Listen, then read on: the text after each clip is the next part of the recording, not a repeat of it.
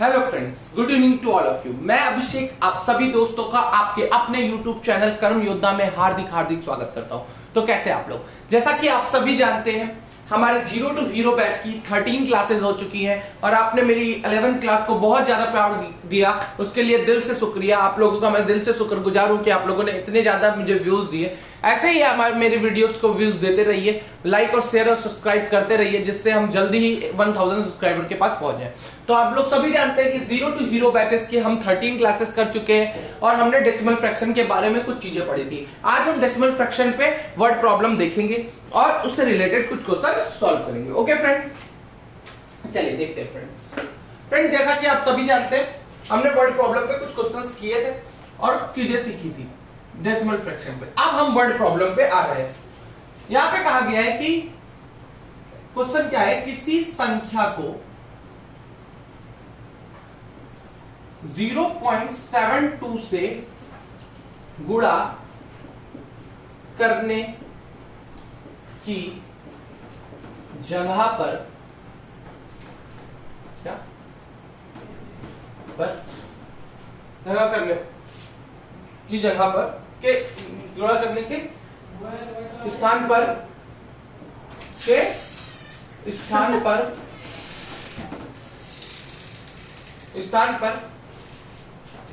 7.2 से गुणा कर दिया गया।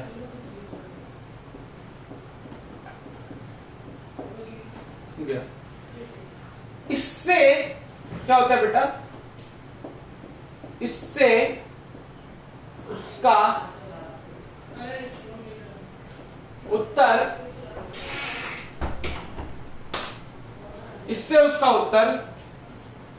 2592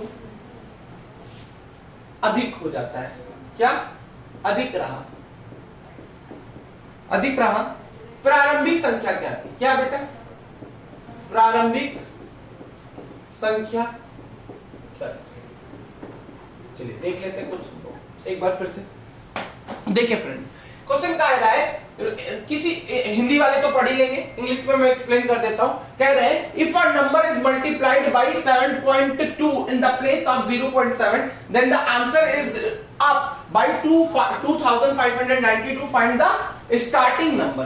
तो बेटा मान लेते हैं कि माना कि वो संख्या क्या थी, माना की संख्या जो स्टार्टिंग नंबर था, माना कि आपकी जो संख्या थी वो क्या थी, माना संख्या x थी। क्या मान लिया कि संख्या x थी। इस क्वेश्चन को करने का सबसे बेस्ट तरीका यही है। देखिए जब आप 7.2x से मल्टीप्लाई करते तो 7.2x बन जाती संख्या, लेकिन माइनस अगर हमने ओरिजिनल को माइनस कर दे तो ये जो डिफरेंस बन रहा है, अगर मैंने जिससे मल्टीप्लाई किया था, प्यारे बच्चों ध्यान से सुनिएगा, देखो अगर मैं कहूं मैंने 3 को 3 से मल्टीप्लाई के जगह पे 4 से मल्टीप्लाई कर दिया, तो 3 को 3 से मल्टीप्लाई करने पर 4 से मल्टीप्लाई कर दिया तो संख्या में कितना चेंज आया। तो बेटा अगर मैं ये चेंज निकालना चाहता हूं तो यही तो करूंगा, 4 3 जा 12, 3 3 जा 9, तो कितना 3 का डिफरेंस, यही तो डिफरेंस आया होगा। 3 से करना था 9 आना चाहिए था, लेकिन मैंने 4 से कर दिया, कितना है 12, तो दोनों के बीच का डिफरेंस कितना है 3। तो क्या होता है कि जिससे हमने मल्टीप्लाई कर दिया उससे क्या कर दो, ओरिजिनल नंबर को मल्टीप्लाई कर दो, और माइनस का कर दो ओरिजिनल नंबर को उस नंबर से मल्टीप्लाई करके जिससे मल्टीप्लाई करना था। तभी तो बेटा, तो मतलब कि हमने संख्या क्या मानी, मैंने माना कि जो नंबर है ना प्यारे बच्चों, मैंने क्या माना कि जो नंबर है वो x है। अब बेटा अगर मैं x को 7.2 से मल्टीप्लाई करता तो ये 7.2 इंटू x बन जाता। ठीक है प्यारे बच्चों, लेकिन ये कितना बढ़ रहा है बेटा, अगर मैं इसमें से ओरिजिनल जो हमें मल्टीप्लाई करना था वो निकाल दूं तो क्या उतना ही तो बढ़ा, इतना बढ़ गया। ठीक है, क्लियर है बेटा, इसमें कोई डाउट नहीं होना चाहिए। अगर मैं रियल नंबर से जिससे मैंने मल्टीप्लाई किया उससे नंबर को मल्टीप्लाई करके जिससे मल्टीप्लाई करना था वो निकाल दूं तो क्या पता चलेगा, उन दोनों का डिफरेंस बताएगा कि जो पहले हमने जो गलत मल्टीप्लाई किया उसके वजह से रिजल्ट कितना बढ़ा। ठीक है बेटा, ये चीज होती है। तो बेटा आप इन दोनों को क्या करो, 100 से मल्टीप्लाई कर दो। किससे कर दो, 100 से मल्टीप्लाई, मैंने ये पूरी इक्वेशन को मल्टीप्लाई करूंगा 100 से। ऐसा क्यों? क्योंकि मैं डेसिमल को खत्म करना चाहता हूं। तो मैं डेसिमल को खत्म करने के लिए जैसे 7.2 को 100 से मल्टीप्लाई करूंगा, ये 720x बन जाएगा, ये 72x बन जाएगा, और ये आपका बन जाएगा 259200। यहां पे आएगा बेटा 10 में से 2 गई, 8 बचेगा, 11 में से 648x is equal to 259200। Clear है बेटा? 648 4 जा होता है क्या, ये 2592, तो कितना आंसर आ जाएगा, x की वैल्यू 400 आ जाएगी।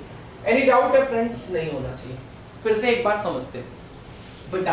क्वेश्चन कह रहा था if a number multiplied by 7.2 in the place of 0.72 then the answer is up by 2592, find the starting number. तो देखिए बेटा, कहने का मतलब था कि अगर मैंने नंबर को 7.2 से मल्टीप्लाई कर दिया, किसकी जगह 0.72 से मल्टीप्लाई करने पे, तो क्या हो रहा है, 2592 पड़ जाता है। तो बेटा इसके लिए क्या होता है कि जिससे हमने मल्टीप्लाई कर दिया संख्या को उससे मल्टीप्लाई कर दो, और जिससे मल्टीप्लाई करना था संख्या को उससे मल्टीप्लाई कर दो। फिर जब इन दोनों का डिफरेंस फाइंड करोगे प्यारे बच्चों, तो डिफरेंस हमें क्या बताएगा, डिफरेंस हमें बताएगा कि कितना संख्या ऊपर हुई। और क्या इन दोनों का डिफरेंस किसके बराबर होगा, जितना आंसर में चेंज आया है। तो फिर मैंने क्या किया बेटा, आपको पता है यहाँ पे 2 डेसिमल प्लेसेस है, यहाँ पे 1 है, तो मैंने चाहा कि डेसिमल को रिमूव कर दूं। तो मैंने डेसिमल को रिमूव करने के लिए किससे मल्टीप्लाई कर दिया बेटा, 100 से मल्टीप्लाई कर दिया। अब 7.2 को जब आप 100 से मल्टीप्लाई करते हो तो बेटा ये 720 बन जाता है। ओके, 0.72 को जब आप 100 से मल्टीप्लाई करते हो प्यारे बच्चों, तो ये 72 बन जाता है, और ये 259200 बन गया। अब 648x इज इक्वल टू 259200, तो बेटा जब इसे कट करोगे तो आंसर कितना आ जाएगा, 400 आ जाएगा। क्लियर है? आई थिंक कि आपको ये क्वेश्चन बहुत ही अच्छे से क्लियर होगा। अब इसके बाद हम नेक्स्ट पे मूव ऑन करते हैं। ओके प्यारे बच्चों,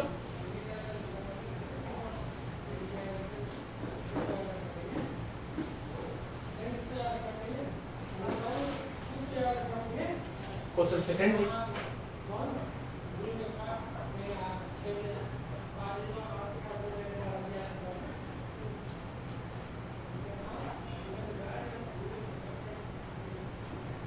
बीस मीटर लंबे तार को इस प्रकार से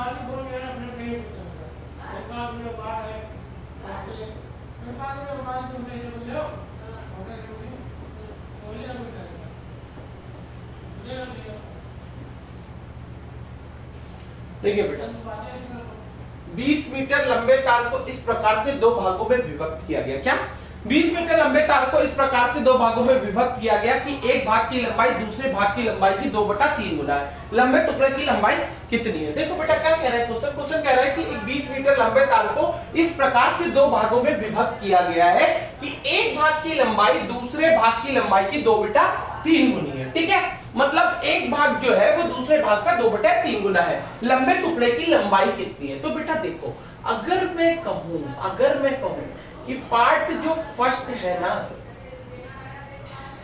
जो पार्ट फर्स्ट है वो कितना होगा?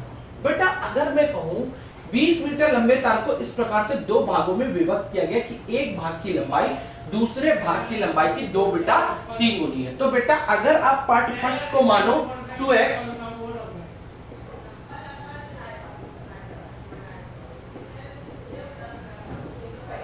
थ्री एक्स हो जाएगा। ठीक है बेटा, ठीक है बेटा। जो पार्ट फर्स्ट है वो 2x है और पार्ट सेकंड जो है वो 3x है। क्लियर है? तो बेटे ये दोनों मिलकर कितना बन जाएंगे? 5x बन जाएंगे। और 5x किसके बराबर है? 20 मीटर लंबे तार के बराबर है। मतलब x किसके बराबर होगा? 4 मीटर तार के बराबर होगा कि नहीं होगा? कोई डाउट है इसमें? ठीक है। अब बेटा अगर आपको इसमें कोई डाउट आ रहा है तो हम लेट कर सकते हैं। क्या लेट कर सकते हैं प्यारे बच्चों? लेट कर सकते हैं 20 मीटर लंबे तार को इस प्रकार से दो भागों में विभक्त किया गया कि एक भाग की लंबाई दूसरे भाग की लंबाई की 2/3 गुनी है। तो अगर बेटा मैं एक को x मान लेता तो दूसरा ऑटोमेटिक 2/3 हो जाता। ठीक है। तो लेकिन मैंने क्या किया, मैंने दिमाग लगाया कि मैं पहले पार्ट को 2x मान लूं और दूसरे पार्ट को 3x मान लूं, क्योंकि ये रेशियो तो ही है, दोनों की भाग की लंबाई का क्या है? रेशियो। देखो अगर मैं यहां से रेशियो निकालता हूं, देखो रेशियो सबसे अच्छा खेलने, अगर आपको कोई भी क्वेश्चन इजीली सॉल्व करना है तो आप रेशियो में खेलना सीखिए। देखिए क्या कह रहे हैं, एक भाग की लेंथ L1/L2, एक की दूसरे की क्या है? 2/3 गुना। ठीक है। तो इसको जब आप करोगे बेटा तो इन दोनों का रेशियो जो आ जाएगा ना, उसी को मैंने मान लिया है। ठीक है। ये बात समझ में आ रही है? बात समझ में आई? क्या इस प्रकार से दो भागों में विभक्त किया गया है कि एक भाग की लंबाई दूसरे भाग की लंबाई की 2/3 गुनी है। ठीक है। लंबे टुकड़े की लंबाई कितनी है? तो बेटा मैंने मान लिया कि पार्ट फर्स्ट कितना है? 2x है और दूसरे भाग क्या है? 3x है।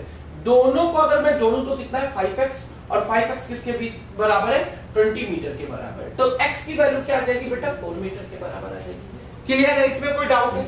इसमें कोई भी डाउट आप लोगों को नहीं होना चाहिए। तो क्या कह रहे हैं, लंबे टुकड़े की लंबाई कितनी होगी? तो लंबे टुकड़े की कितनी होगी? 3 × 4, 12 मीटर। क्लियर है बेटा? फिर से एक बार मैं समझाने की कोशिश करता हूं। बेटा 20 मीटर लंबे तार को इस प्रकार से दो भागों में विभक्त किया गया है कि एक भाग की लंबाई दूसरे भाग की लंबाई की 2/3 गुनी है। लंबे टुकड़े की लंबाई कितनी है? आप चाहे पार्ट फर्स्ट मानो, सेकंड मानो, थर्ड मानो, कुछ भी मानो, कोई मतलब नहीं है बेटा। अगर रेशियो 2/3 लिया है, दैट मीन अगर ऐसा कुछ दिया है कि एक भाग की लंबाई दूसरे भाग की 2/3 गुना है, तो बेटा आप डायरेक्टली मान सकते हो, क्या मान सकते हो कि जो एक है वो 2x है और दूसरा क्या है? 3x है, क्योंकि इसमें बड़े पार्ट की लंबाई बतानी है। तो बेटा मैंने क्या मान लिया? 2 और 3x मान लिया। दोनों का सम किसके बराबर होता है? 5x। और ये दोनों को मिलाओगे तो क्या होगा? जो तार की टोटल लंबाई होगी उसके बराबर हो जाएगा। अगर मैं किसी तार को दो पार्ट में बांट दे रहा हूं, एक को 2 दे दे रहा हूं, एक को 3 दे दे रहा हूं, तो बेटा 2 और 3 मिला के पूरा तार बनेगा? तो 2x + 3x 5x किसके बराबर? 20 के बराबर। तो x किसके बराबर? 4 मीटर के बराबर। और लंबा तार कितना है? 3x है, तो 12 मीटर हो जाएगा। कोई डाउट है बच्चों? आई थिंक आपको यहां तक चीजें क्लियर होगी। ओके, आगे बढ़ते हैं। नेक्स्ट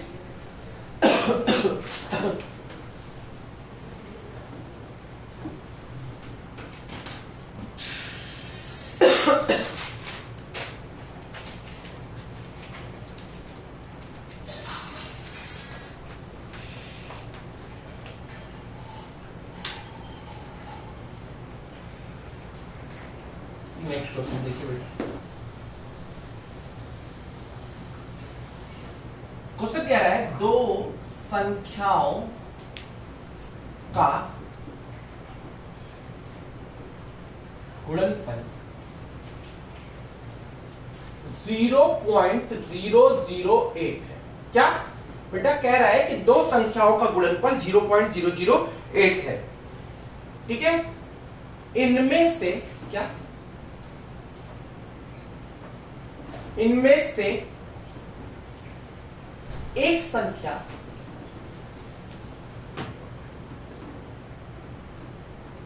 दूसरे की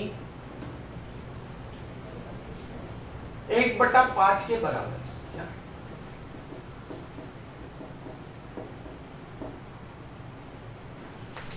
इनमें से छोटी संख्या क्या होगी?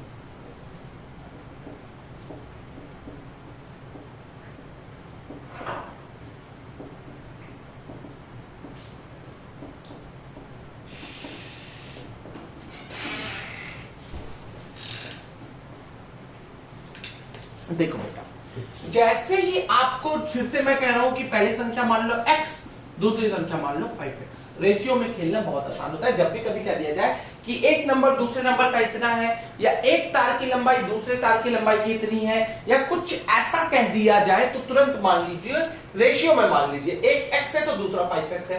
अब बेटा इन दोनों का जब मल्टीप्लाई करोगे आप तो क्या हो जाएगा 5x² और ये किसके बराबर है? 0.008 के। क्लियर है? कोई दिक्कत वाली बात नहीं है प्यारे बच्चों। अगर मैं यहां से x² निकालने की कोशिश करूं तो 0.008/5 करते हैं, ये तो 0.00 लगेगा। 5 बचा 5, कोई दिक्कत नहीं है, और 5 6 30। ठीक है, अब जब x काटेगा तो क्या लगेगा? स्क्वायर रूट लगेगा 0.0016। याद करिए 16 का कितना होता है? 4, और इन दोनों जीरो में से एक जीरो निकल आएगा। कितना? एक जीरो आ जाएगा, तो मतलब 0.04 या क्या हो जाएगा? x की वैल्यू आ जाएगी। किसकी? x की वैल्यू। इनमें से छोटी संख्या क्या होगी? तो छोटी संख्या क्या होगी बेटा? 0.04 होगी। क्लियर है? बात समझ में? देखो फिर से मैं कह रहा हूं कि जब भी कभी ये कहा जाए कि एक संख्या दूसरी की इतनी है, या एक तार की लंबाई दूसरी की इतनी है, और चीजें रेशियो में दे रखी हो, तो बेटा आप रेशियो ही मान लो। मैंने मान लिया पहली क्या है? x है, और दूसरी क्या है? 5x है। कोई दिक्कत, कोई प्रॉब्लम नहीं होगी। ठीक है, छोटी वाली संख्या x, बड़ी वाली 5x। बेटा इन दोनों का मल्टीप्लिकेशन कर दो, किसके बराबर कर दो? इसके बराबर कर दो। अब बेटा जब मैं यहां से 5 को ट्रांसपोज करूंगा, ये डिनोमिनेटर में चला डिवाइड हो जाएगा, क्योंकि x² के साथ मल्टीप्लाई में। जब हम डिवाइड करेंगे तो क्या बचेगा? 0.0016 बचेगा। जब यहां से स्क्वायर हटेगा तो इधर स्क्वायर रूट लगेगा। बेटा जब स्क्वायर रूट लगता है, मैंने आपको सिखाया हुआ था क्या? जितने जीरो है उतने जीरो बाहर आएंगे, और जो नंबर है उसका स्क्वायर रूट। तो 16 का 4, दो जीरो में से एक जीरो बाहर आ जाएगा, तो 0.04 आपका आंसर हो जाएगा। कोई दिक्कत, कोई प्रॉब्लम? यहां तक आपको कोई भी प्रॉब्लम नहीं होनी चाहिए। कोई दिक्कत है बेटा?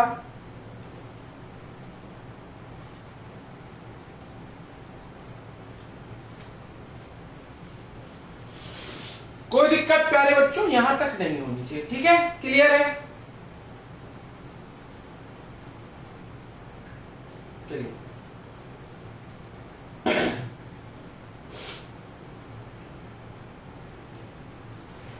इधर। अब बेटा मैंने कॉन्टिन्यूड फ्रैक्शन के बारे में आप लोगों से बात की थी, उस कॉन्टिन्यूड फ्रैक्शन को सीखने की बारी आ गई है। मैं इसमें एक ट्रिक भी लेके आऊंगा कॉन्टिन्यूड फ्रैक्शन पे, सतत भिन्न के बारे में, जिसे लंगड़ी भिन्न भी कहते हैं। लेकिन पहले हम उसके बारे में थोड़ा जान लेते हैं। कॉन्टिन्यूड फ्रैक्शन के कुछ कॉन्सेप्ट देखें, मतलब नॉर्मल बेसिक सीख लेते हैं। बेसिक सीखना बहुत जरूरी होता है। आप क्योंकि कभी कभी क्या होता है, इंसान फंस जाता है, ट्रिक उसे याद नहीं आती है। तो बेसिक्स क्या होती है? आपको हमेशा बचाने का काम करती है। बेसिक आपको वहां पे क्या करती है? बचाती है। ठीक है, सतत भिन्न भी कहते हैं इसे हिंदी में, और लंगड़ी भिन्न भी कहते हैं। ठीक है, क्लियर है? सतत भिन्न या लंगड़ी भिन्न। क्लियर है पेरेंट्स? आई थिंक देखो बेटा, कॉन्टिन्यूड फ्रैक्शन, कॉन्टिन्यूड फ्रैक्शन का मतलब होता है 1 + 1/1 प्लस, इसे कहते हैं लंगड़ी भिन्न या सतत भिन्न या कॉन्टिन्यूड फ्रैक्शन। बेटा कॉन्सेप्ट क्या कहता है कि जोड़ो और पलट दो। क्या? जोड़ो और पलट दो। तो बेटा 2 1 जा 2, 2 1 जा 2, 2 1 जा 2, 2 1 3, 3/2, तो 2/3 कर दो। क्या? 1 + 2/, जोड़ो और पलट दो। क्लियर है? ये बन जाएगा 5, 3 1 जा 3, 5/3। ये तो नॉर्मल चीज आ गई। तो यहां तक कोई दिक्कत, किसी को कोई प्रॉब्लम नहीं है ना? जोड़ो और पलट दो वाला कॉन्सेप्ट चलता है। क्या करता है? जोड़ो और पलट दो, जोड़ो और पलट दो, यही कॉन्सेप्ट चलता है। ठीक है,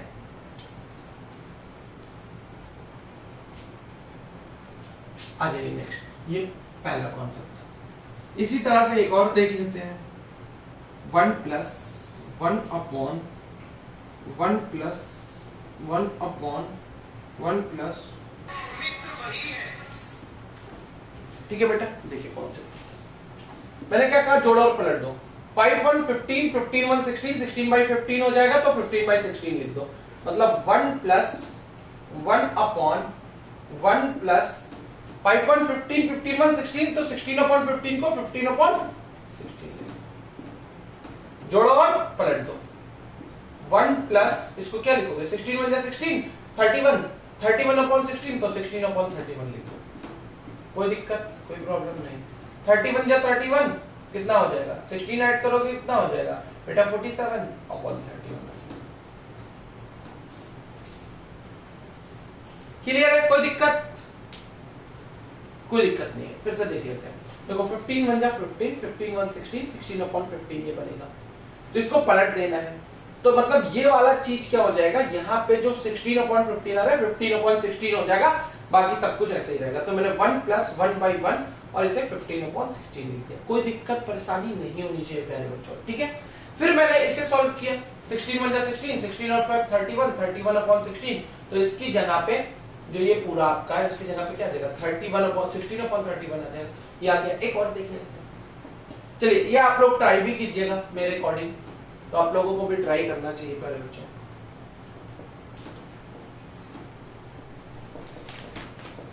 इसे देख लेते हैं, जोड़ो और पलट दो, क्या जोड़ो और पलट दो, जोड़ो और पलट दो।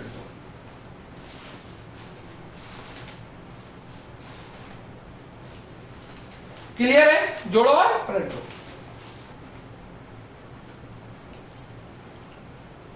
देखते हैं, इसे देखते हैं, 5 1 5 6 6 अपॉन 5, तो इसे लिख दो, इतने को देखो, पहले इतने को देखो, तो बाकी सारी चीजें लिख लेते हैं। 5 1 जा 5, 6 अपॉन 5, तो इसे 5 अपॉन 6। अब इतने को सॉल्व करें, ठीक है, ये कितना हो जाएगा, 1 प्लस 6 1 जा 6, 6 और 5 11, 11 अपॉन 6 मतलब 6 अपॉन 11, 11 हो जाएगा 17 अपॉन 11। कोई दिक्कत कोई परेशानी नहीं होनी चाहिए पहले बच्चे यहाँ तक, ठीक है। बाकी भी चीजें हैं, रिवर्स प्रोसेस और बहुत सारा प्रोसेस है जो हम आपको सिखाने की कोशिश करेंगे, ठीक है। करें क्या कोशिश, चलो कुछ कर लेते हैं।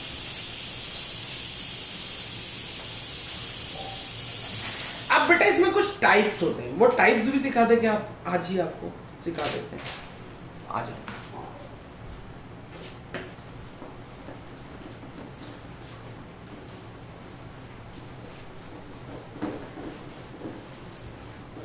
एक टाइप बता देता हूं जिसपे आप लोग कुछ क्वेश्चंस करें। टाइप 1 क्या कहता है बेटा, टाइप फर्स्ट इज दैट अगर x इज इक्वल टू दे रखा है a प्लस, मतलब कुछ भी दे रखा है, a plus 1 by a plus 1 by a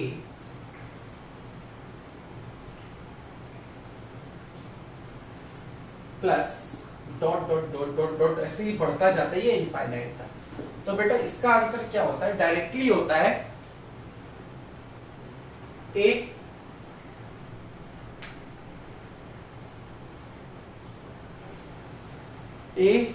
plus under root के अंदर a स्क्वायर प्लस 4 अपॉन,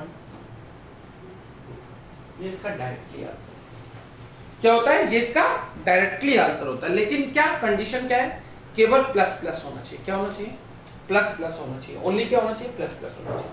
तो बेटा जब मैं आपको एक क्वेश्चन दिखाता हूं इसके ऊपर, क्या इसके ऊपर एक क्वेश्चन आपको दिखाता हूं बेटा, देखिए x is equal to 5 plus 1 upon 5 plus 1 upon 5 plus dot dot dot dot dot so on infinite, ठीक है। तो वही चीज है बेटा, देखिए ये क्या है, x इज इक्वल टू है ना, तो लेट ये x ही है ना, इसमें तो कोई डाउट ही नहीं है। अगर मैं मान लूं तो ये x ही है ना, है कि नहीं बेटा, x ही है, तो ये क्या हो जाएगा, x इज इक्वल टू 5। अच्छा मैं इसका पूरा प्रूफ भी दिखा दे रहा हूं, इस चीज का मैं आपको प्रूफ दिखाता हूं, क्या मैं इस चीज का प्रूफ दिखाता हूं, ठीक है। x अगर मैं इसे मान लूं कि ये x है, क्या ये चीज x है, let 5 plus 1 upon 5 plus 1/5, sorry मैं इसका प्रूफ दिखा रहा हूं आपको, मैं क्वेश्चन को ट्रिक से नहीं कर रहा हूं, पहले मैं प्रूफ दिखा रहा हूं। लेट कर लेते हैं, मान लेते हैं, क्या मान लेते हैं बेटा, x is equal to 1 upon 5 plus 1 upon 5 plus infinite. तो ये मैंने मान लिया, ये मैंने क्या किया, मान लिया। तो बेटा ये क्या बन जाएगा, ये बन जाएगा x is equal to 5 plus 1/, sorry ये चीज ये मान कैलकुलेट करो, 5 प्लस 1/5 प्लस so on इतना मान लिया मैंने, ये मान लिया, ठीक है। तो बेटा अगर मैं यहाँ पे चीजों को रखना चाहूं तो मैं चीज को रख सकता हूं, क्या रख सकता हूं, मैंने ये चीज मानी हुई है, ठीक है। तो मैं क्या रख सकता हूं, इसको जब रखोगे बेटा, जब इसको मैं इक्वेशन फर्स्ट मान लूंगा, इसको मान लूंगा, इस चीज को मैं रिप्लेस कर दूं कहां पे, यहां पे जब रिप्लेस करूंगा तो बेटा ये क्या बन जाएगा, ये आपका बन जाएगा x is equal to 5 plus 1/, ये बन जाएगा पहले बच्चों, बन जाएगा, बिल्कुल बन जाएगा। तो अगर मैं इसे थोड़ा सा और क्या करूं, सिंप्लीफाई करने की कोशिश करूं, तो पूरे इक्वेशन में x से मल्टीप्लाई कर दो, तो क्या बन जाएगा, x स्क्वायर माइनस 5x, इधर ले आ रहा हूं, माइनस 5 इज इक्वल टू 0। क्या इसमें श्रीधराचार्य का फॉर्मूला लगेगा, बिल्कुल लगेगा प्यारे बच्चों। श्रीधराचार्य का फॉर्मूला क्या कहता है कि x इज इक्वल टू होता है क्या, x is equal two plus minus b, plus minus b, plus minus plus minus, तो प्लस माइनस नहीं, यहां पे केवल हम प्लस वाले लेंगे, ठीक, प्लस माइनस b। श्रीधराचार्य का फॉर्मूला ये तो करता है, और फिर कहता है plus minus D square minus 4ac, क्या b स्क्वायर माइनस 4ac, क्या कहता है श्रीधराचार्य का फॉर्मूला, क्या कहता है, b square minus 4ac, b square minus 4ac upon 2 into, ये तो कहता है श्रीधराचार्य का फॉर्मूला। श्रीधराचार्य फॉर्मूला यही चीज कहता है कि नहीं कहता है, बिल्कुल कहता है, ठीक है। तो बस यही यहां पे भी हो जाएगा, सेम चीज हो जाएगी, ठीक है। तो हम क्या कर रहे हैं, हम यही चीज कर रहे हैं,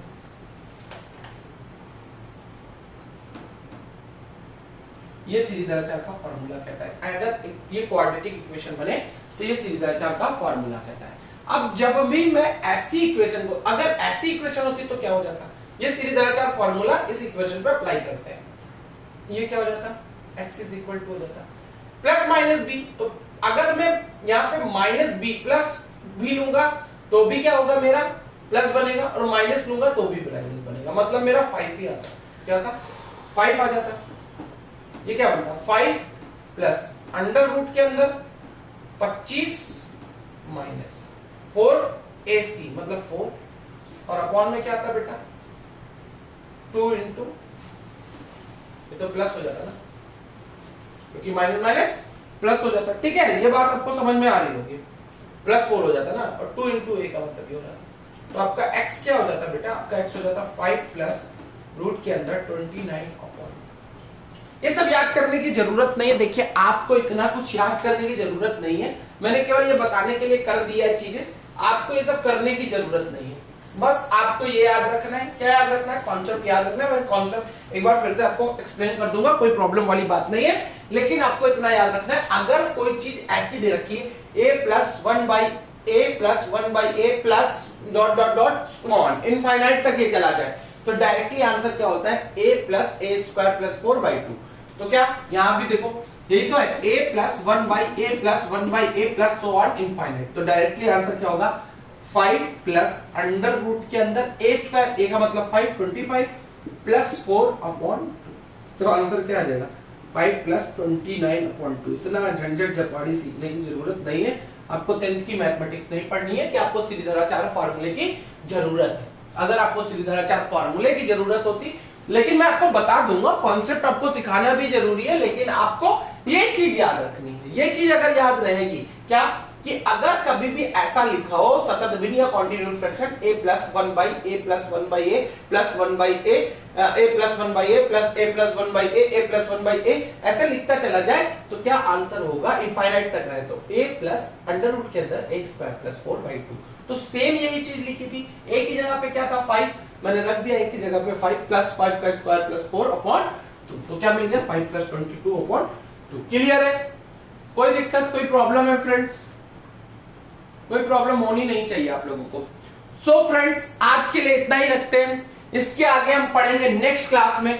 तो ऐसे ही हमारी वीडियोस को लाइक करते रहिए, सब्सक्राइब करते रहिए और ऐसे ही मैथमेटिक्स सीखते रहिए धीमे धीमे। एक दिन पक्का आपको 6 मंथ में मैथमेटिक्स में कोई भी ऐसा क्वेश्चन आपके सामने आएगा नहीं जो आप कर नहीं पाएंगे, लेकिन उसके लिए आपको क्या देना होगा, 6 मंथ मुझे देने होंगे, मैंने पहले दिन ये कहा था। तो लाइक करते रहिए, सब्सक्राइब करते रहिए, शेयर करते रहिए और मोटिवेशन को बढ़ाते रहिए और ऐसी जानदार वीडियो रखिए, देखते रहिए। तब तक के लिए प्रैक्टिस करिएगा, तब तक के लिए धन्यवाद, शुभ रात्रि।